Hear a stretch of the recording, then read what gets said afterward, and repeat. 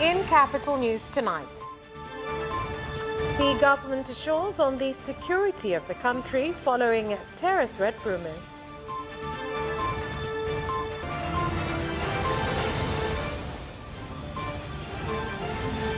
A heavy rainstorm wreaks havoc in Mbulu Town Council, Manyara region.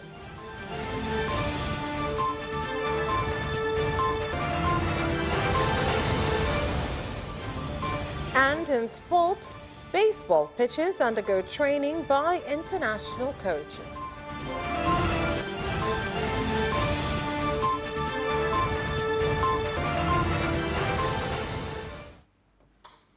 Good evening. This is Capital News at 9:30. My name is Vanessa Victor. Let's get started with the national news. Following rumors on terror threats in the country, the government, through the Ministry of Foreign Affairs, East Africa Cooperation, after meeting with envoys and heads of international organizations, has refuted the claims and reassured citizens and international organizations that Tanzania is safe.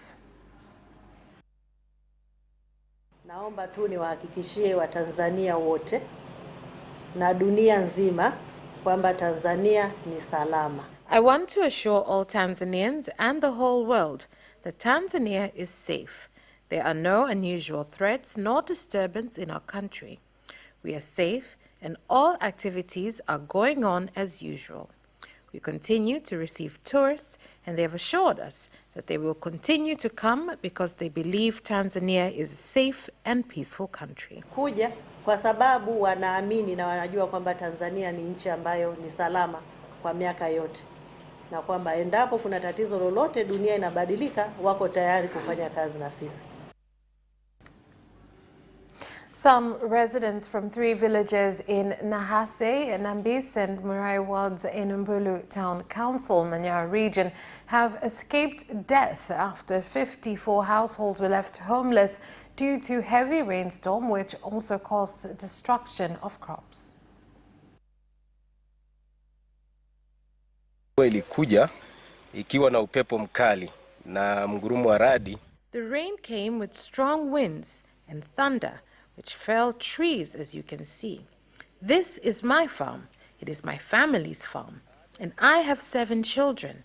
I have been significantly affected by about 55%. I asked the government to help me as I am a villager and I depend on this farm. Leta madhara kwa nyumba za wananchi ambao wapatao 47 pamoja ukiwepo na nyumba za walimu ambao imeng'oa mabati ya chooni, mabafu imeng'oa zote kama walimu 3. This has caused damage to about 47 households, including teachers' houses, where roofs have been swept away in varying levels. Athari ni kubwa sana, niseme tu kwamba halmashauri The effects are very significant, and the council will prepare itself to determine how we can help residents deal with this disaster. I also asked the district's disaster committee to find a way to help the citizens as they need help from their government. Zaidi ya hapo, pia niombe kamati ya usalama, kamati ya maafa ya mkoa. A day after the National Examination Council of Tanzania announced the Form 4 and qualifying test results, where it was also announced that the council had stopped the process of announcing the top and bottom performing schools, some citizens have had varying views on the move.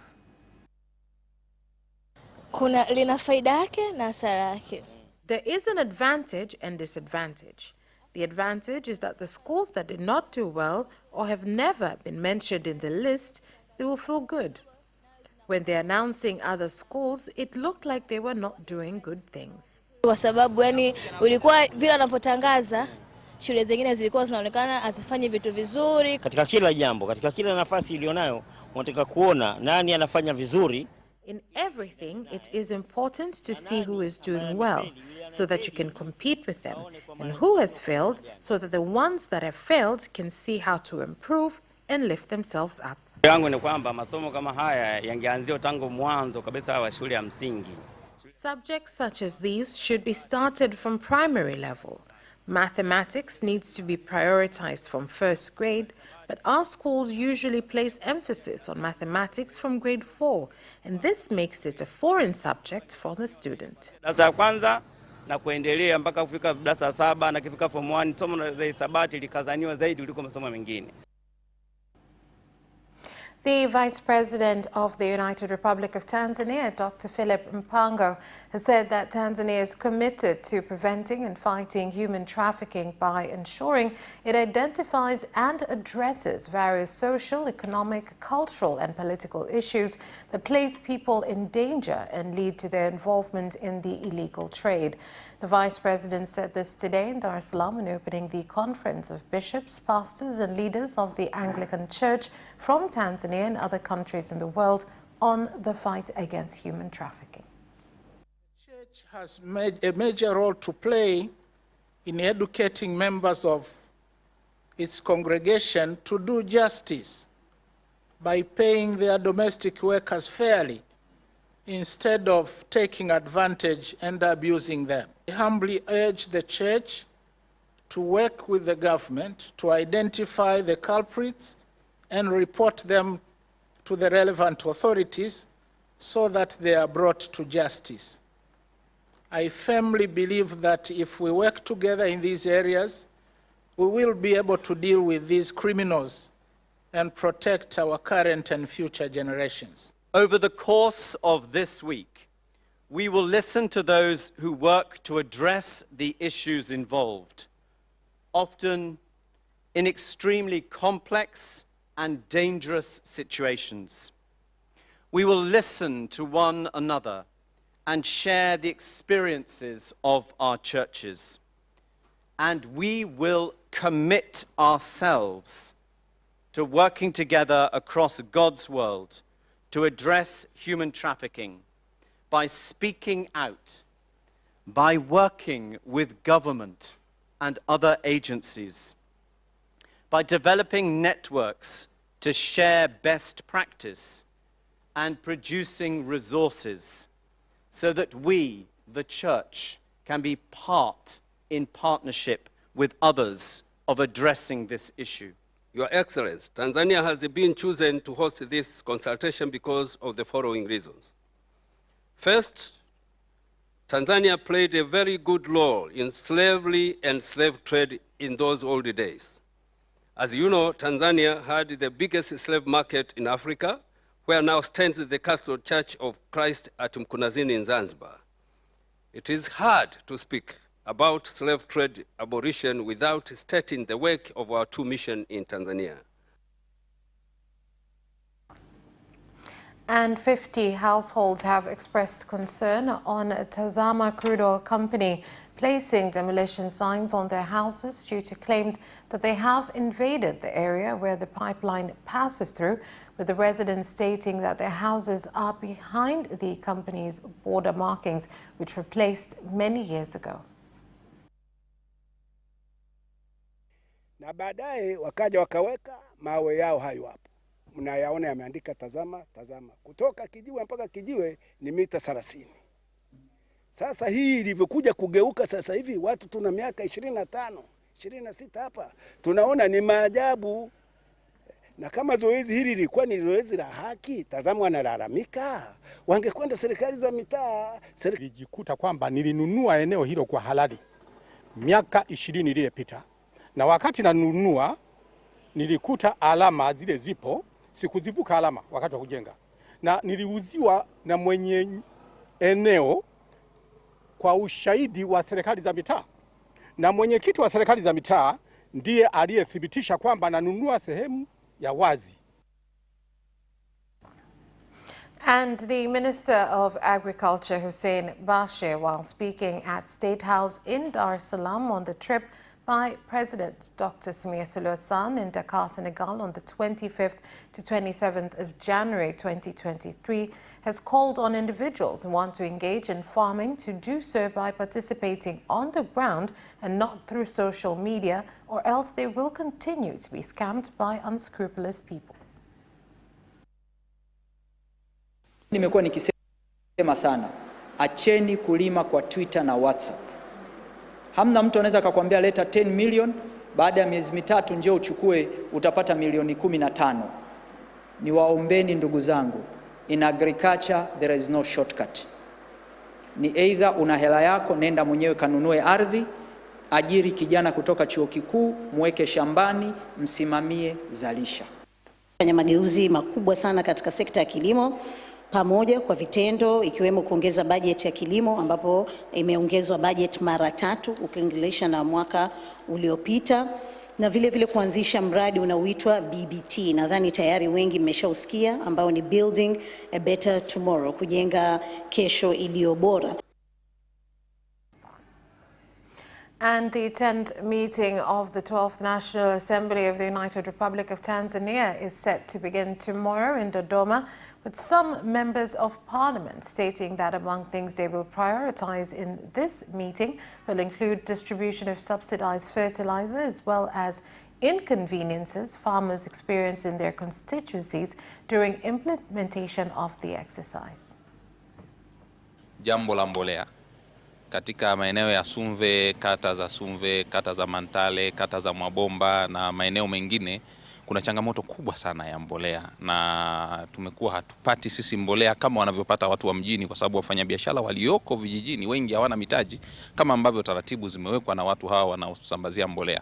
Kwa nimekuja hapa kulizungumza hilo kwa nguvu zote na kulisimamia. Tunafahamu kuna kilio cha mbolea ya NPK ambayo haikuwekwa kwenye ruzuku, lakini sisi tumeshaizungumza serikalini na serikali imetoa majibu yake. Kwa hiyo tunaomba msikate tamaa, endeleeni kulima ili tupate faida, tuendeleshe maisha yetu. Lakini unajua tumetoka kwenye kilimo juzi. Serikali kwa imeahidi italeta mbolea. Tunataka kuona tumetoka huko majimboni kuna mapungufu mengi. Serikali imejipangaje na tathmini yao wanaona wamefanikiwa kwa kiasi gani? The ambassador of Italy to Tanzania, Marco Lombardi, has said that they will continue to cooperate with Tanzania in various technological fields so as to enable timely and accurate collection of statistics. Italy has quite a history in statistics. We have a National Bureau of Statistics that is very well developed and has a strong connection with the Italian government. They work very well together, and National Bureau of Statistics of Italy is an excellent working tool for Italian institutions. Hiyo uhusiano huu wa ofisi ya takwimu na serikali ya Italy utaendelea. Na balozi ameeleza kwamba wataendelea kuongea kwa sababu lengo la matumizi ya takwimu sasa hivi yanazidi kukua. Watu wengi sana wanatafuta takwimu. Na kama mtaona wenyewe, takwimu inasema ukweli wa hali halisi. Vina gharama ya euro 170,000. 170,000 euro, ambayo ni sawa na shilingi milioni 429. And that is all for the national news. International news is next.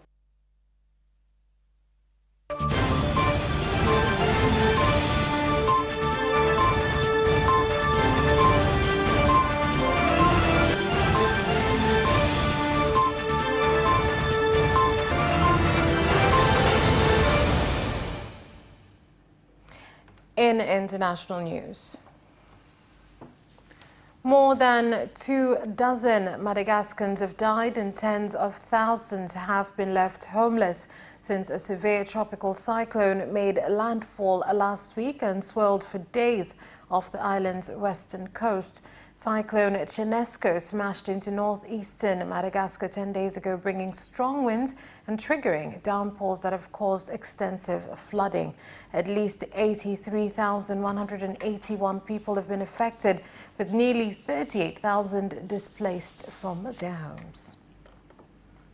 And the government of Kenya has allocated 2 billion shillings to immediately address the problem of drought that has affected various parts of the country, whereby more than 5 million people have been affected by the situation. Deputy President Rigathi Gachagua has directed ministries and government institutions to cooperate with other organizations to address the hunger situation by providing food aid before it gets worse. The government has availed Kenya shillings 2 billion, which is available. Again, I think CS, now that you are settled, you need to review counties that were not in a SAL that needs to be brought on board. There are counties that have suffered over the years because they are not in a SAL. If you look at areas like Tharaka, areas like Mbere, areas like Kieni, Deya, Ukonyatike, you know, there are areas that are really asal. From the presentation by the Meteorological Department, the situation is not getting any better.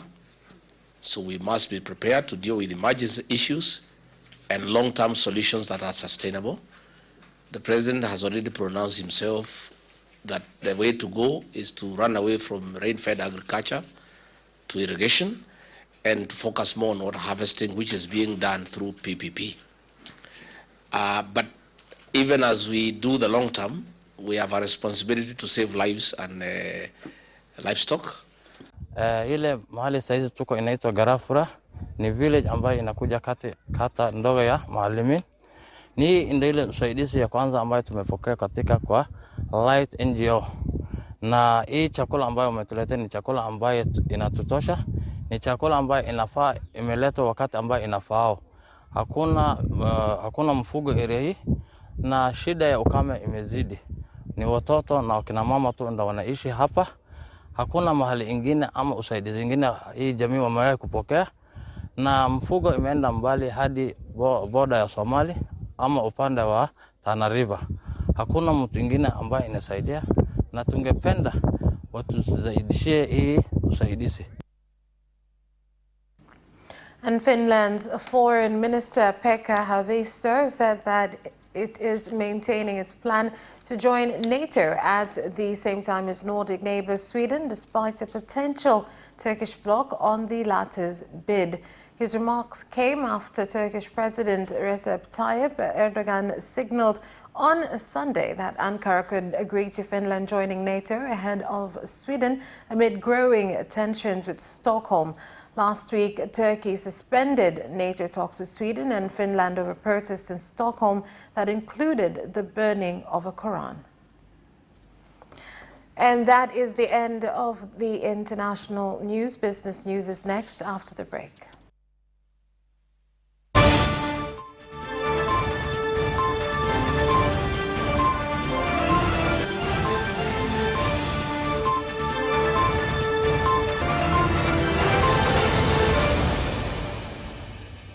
Now in business news.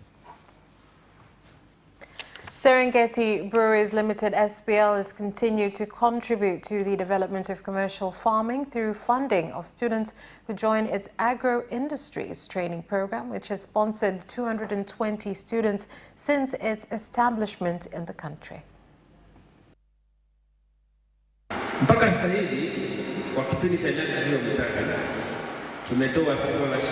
Up to now, in the last 3 years, we have awarded 220 scholarships in total in the 4 colleges. I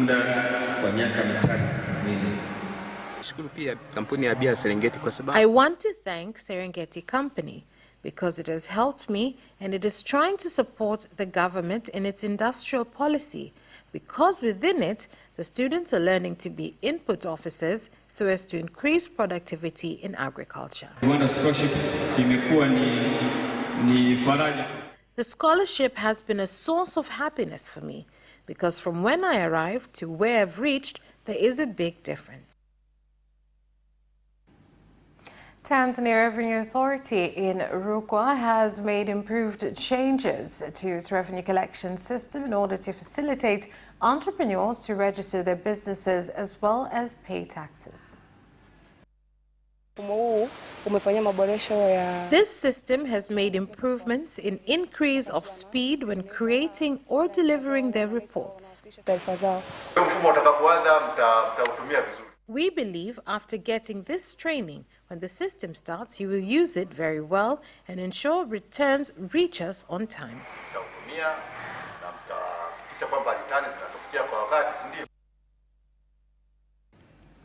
Producers of sisal products in Korogwe District, Tanga region have said they face challenges in accessing reliable markets, a situation that has caused many of them to fail to operate their factories. We have 8 factories, 7 of which processes sisal and 1 creates sisal products. We produce the goods, yes, but we go through a major challenge, and that is finding markets. In order to implement the Prime Minister's directive on sisal crops, we have lowered interest on farmers engaged in sisal farming throughout the country. We have also granted loans to individual farmers. I am happy that there is a crop that creates an income not only in Korogwe, but for the country. And that's where we leave off with business news. Sports is next.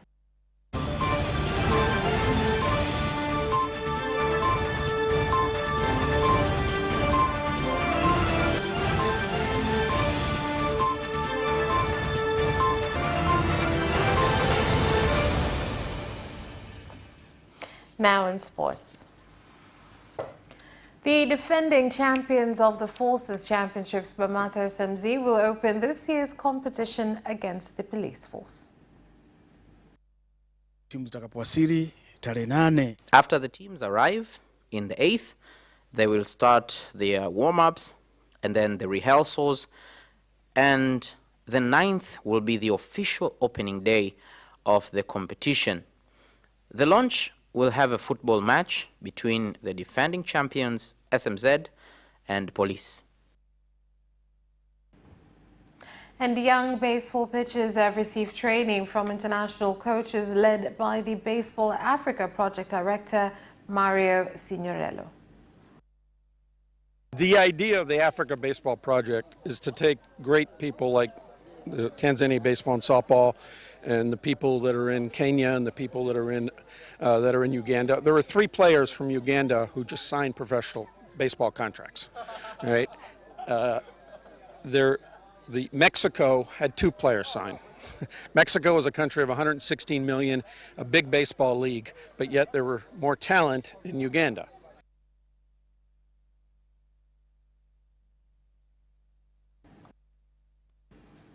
And heavyweight boxer Karim Mandonga has opened a training camp at Tegeta Mnarani, which will also feature 7 fights for upcoming boxers. I would like to request even those people that are not into boxing, I ask God to bless them so they can support this sport that we like. Because always you can love something while others hate it. Mimi Karim Mandonga mtukazi, natoa shukrani kubwa sana kwanza kwa watu wa Tegeta leo tu kupokea jambo hili. And Tanzanian Aisha Masaka, who plays in Sweden, has returned with a goal after missing games with injury. That sports item ends our news bulletin. On behalf of everyone who worked to bring you this bulletin, my name is Vanessa Victor. Thank you for watching and good night.